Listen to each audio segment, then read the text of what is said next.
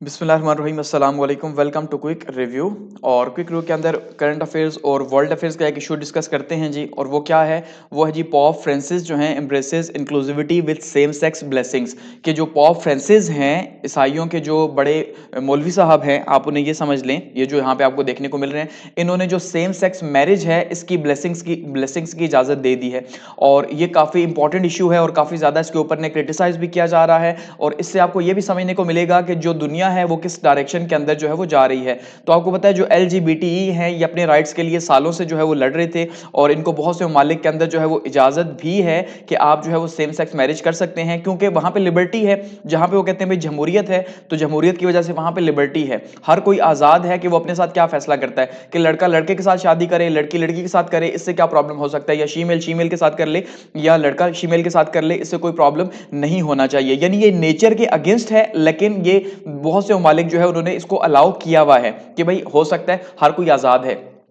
लेकिन आपको एक बात पता होनी चाहिए कि दुनिया का कोई भी मजहब जो है, याद रखिएगा, दुनिया का कोई भी मजहब ऐसी शादी की इजाजत नहीं देता। चाहे वो इस्लाम हो, चाहे वो क्रिश्चियनिटी हो, चाहे वो जूडिज्म हो, यानी किसी मजहब के अंदर भी जो है वो शादी की इजाजत नहीं है इस तरह से सेम सेक्स की। सिर्फ एक अगर इजाजत है तो वो क्या है, वो मेल की और फीमेल की, ताकि रिप्रोडक्शन हो सके और एक प्रोसेस जो है वो आगे चल सके जो नेचर के अकॉर्डिंगली है। समझ रहे हैं ना? तो इसका मतलब ये है कि अब ये नेचर के अकॉर्डिंगली नहीं थी तो इसको कोई मजहब भी नहीं मानता था। लेकिन अब जो पॉप फ्रांसिस साहब ने एक डॉक्यूमेंट इशू किया वेटिकन सिटी से, ठीक है, और अब यहां पे काफी ज्यादा जो है वो डिबेट स्टार्ट हो गई है।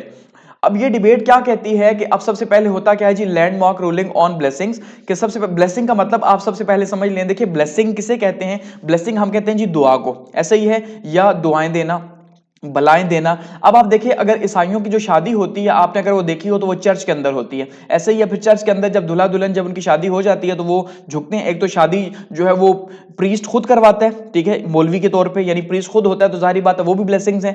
और दूसरा जब वो उनके ऊपर क्रॉस वगैरह रखा जाता है, प्लस का निशान, तो उससे उन्हें ब्लेसिंग्स मिलती हैं कि ठीक है भाई आपने एक नेक काम किया। जाहिर बात है शादी हर मजहब के अंदर एक नेक काम समझा जाता है। तो ऐसे में जो है अब आपको दुआएं हैं, यानी गॉड आपके साथ है, ये कॉन्सेप्ट है। लेकिन अब जब एक बंदा जो है, एक लड़का लड़के से शादी कर रहा है, ठीक है, तो क्या उसके गॉड साथ है? ऐसा तो नहीं हो सकता। इस तरह से लड़की लड़की से शादी कर रही है तो क्या गॉड साथ है? ये तो एक गुनाह कर रहे हैं। और इसके ऊपर अगर उन्हें ब्लेसिंग्स मिल रही हैं, इसका मतलब मजहब की जो है वो छतरी के नीचे, तो ये सोचने की बात है ना। तो अब यहां पे लैंडमार्क रूलिंग क्या हुई है, जो पॉप फ्रांसिस हैं इन्होंने क्या किया जी, इन्होंने रूलिंग दी है। और ये रोमन कैथोलिक जो चर्च है इसके हेड हैं, ठीक है, क्रिश्चियनिटी के बड़े हैं, आप ये कह सकते हैं सबसे बड़े मौलवी हैं। और इन्होंने जो सेम सेक्स की ब्लेसिंग है उसको जो है कहा कि भाई अब उन्हें भी जो है वो क्या होगा, चर्च के रिचुअल्स के अकॉर्डिंगली हम उन्हें ब्लेसिंग्स देंगे। अब उन्होंने ये क्या कहा जी, इसमें अगर हम देखते हैं तो वेटिकन डॉक्टोरियल ऑफिशियल अप्रूवल जो है इन्होंने दी है कुछ कंडीशंस के अंदर। ये कहते हैं भाई कुछ कंडीशंस ऐसी हैं जिसके अंदर पॉप फ्रांसिस जो हैं इन्होंने इजाजत दी है कि भाई हम जो है सेम सेक्स कपल को ब्लेसिंग्स की इजाजत दे सकते हैं। अब वो कंडीशंस क्या हैं? वो ये कहते हैं कि एक बंदा जो है अगर वो गुनाहगार है, ठीक है, तो उसको तो हम इजाजत देंगे ब्लेसिंग्स की कि वो दुआएं ले। लेकिन अगर एक बंदा नेक है, नेक यानी उनके मजहब के अकॉर्डिंगली बात हो रही है, तो फिर हम उसको ब्लेसिंग्स नहीं देंगे। अब आप कहेंगे ये कैसी बात है? तो ये ऐसी बात है कि देखिए एक बंदा, इनका ये मानना है कि भाई जो ब्लेसिंग्स है और खुदा का जो घर है जिसको चर्च मानते हैं वो तो सबके लिए है। और जो ब्लेसिंग्स हैं, दुआएं हैं, वो तो भूले भटके लोगों के लिए हैं, हर एक के लिए हैं। ऐसा तो नहीं है कि कोई गुनाहगार है तो गुनाहगार होने की वजह से जो है अब ये कहा जाए कि भाई उसके ऊपर गॉड के घर के दरवाजे बंद हो गए, ऐसा तो नहीं है। तो ये कह रहे हैं कि कोई ऐसा कपल जो कि नॉर्मली जो डेली रूटीन है, डेली रूटीन के अंदर चर्च नहीं आता, वो गुनाहगार हम उसे समझते हैं, और वो सिर्फ शादी के लिए आया है चर्च के अंदर ब्लेसिंग्स लेने के लिए, तो हम उस कंडीशन में उसे जो है वो इजाजत देंगे। अदरवाइज अगर एक बंदा रेगुलरली जो है, जैसे संडे प्रेयर वगैरह होती है, चर्च के अंदर आना जाना होता है, तो एक बंदा रेगुलरली जो है वो एक काम कर रहा है या वो नेक है, पहले से ये नहीं नेकी कर रहा है, तो उसको तो इजाजत नहीं है, ये तो बहुत बड़ा गुनाह है, उसको ब्लेसिंग्स नहीं देंगे, बल्कि ये सिर्फ उसको ब्लेसिंग्स मिलेंगी जो गुनाहगार है। और वो कभी कभार आता है, तो अगर उसने गुनाह कर लिया तो इसका मतलब ये नहीं है कि उसके ऊपर खुदा के घर के दरवाजे बंद हो गए, तो उसको ब्लेसिंग्स हम जरूर देंगे, ये डॉक्यूमेंट कहता है, ठीक है। तो चाहे कान सीधी उंगली से पकड़े, उल्टी से पकड़े, लेकिन मजहब जो है उसने पहली बार यहां पे एक्सेप्ट किया कि भाई आप एलजीबीटी को जो है वो राइट्स दे रहे हैं या उनकी शादी को सही कह रहे हैं। तो ये एक बहुत बड़ा तूफान आएगा आने वाले वक्त के अंदर, शायद आपको इसका अंदाजा नहीं होगा, और ये बहुत ही टर्निंग पॉइंट हिस्ट्री के अंदर साबित होगा, याद रखिएगा। और जैसे हम कहते हैं ना मैग्ना कार्टा 1215 के अंदर आया, तो ये एक जो है वो सिविल राइट्स का एक टर्निंग पॉइंट था। तो बिल्कुल वैसे ही यहां पे जो सेम सेक्स मैरिज है और जो हम कह रहे हैं कि भाई जॉनिज्म दुनिया को कंट्रोल करता जा रहा है, तो शायद यहां पे आपको ये देखने को मिलेगा कि इसका बहुत ही इंपॉर्टेंट रोल है। अब एलजीबीटी से क्या बनता है? एल से लेस्बियन, जी से गे, बी से बाइसेक्सुअल, टी से ट्रांसजेंडर और क्यू से क्यूअर। क्यूअर का मतलब ये सारे ही जो है ना अजनबी लोग, ये आपस में जो है वो सब के लिए अम्ब्रेला टर्म यूज होती है। तो बेसिकली कहने का पर्पस ये है कि अब ये जो है वो लेस्बियन शादी हो सकती है, गे की भी, बाइसेक्सुअल की भी, कोई किसी भी अंदाज में करे वो शादी कर सकता है, उसको ब्लेसिंग्स मिलेंगी। और प्रीस्ट साहब का ये भी कहना है, साथ में जो पॉप साहब हैं वो ये कहते हैं कि भाई ये जो हम डिसाइड करेंगे, ये प्रीस्ट जो है, जो चर्च का मौलवी होगा, वो डिसाइड करेगा केस टू केस कि क्या इसको ब्लेसिंग, इसको दुआएं देनी है या नहीं देनी, यानी क्या ये रेगुलरली आता है या नहीं आता। तो पहले ये साबित होगा कि हाँ भाई ये गुनाहगार है, ये वाकई में नहीं आता मजहब के यानी कि ब्लेसिंग्स के लिए, वैसे भी संडे प्रेयर या किसी में भी नहीं आता, तो उसका मतलब इसको दे दो। नहीं भाई ये बंदा तो आता है हर संडे के संडे या महीने में 1-2 बार आ जाता है चर्च, का मतलब इसको नहीं देनी।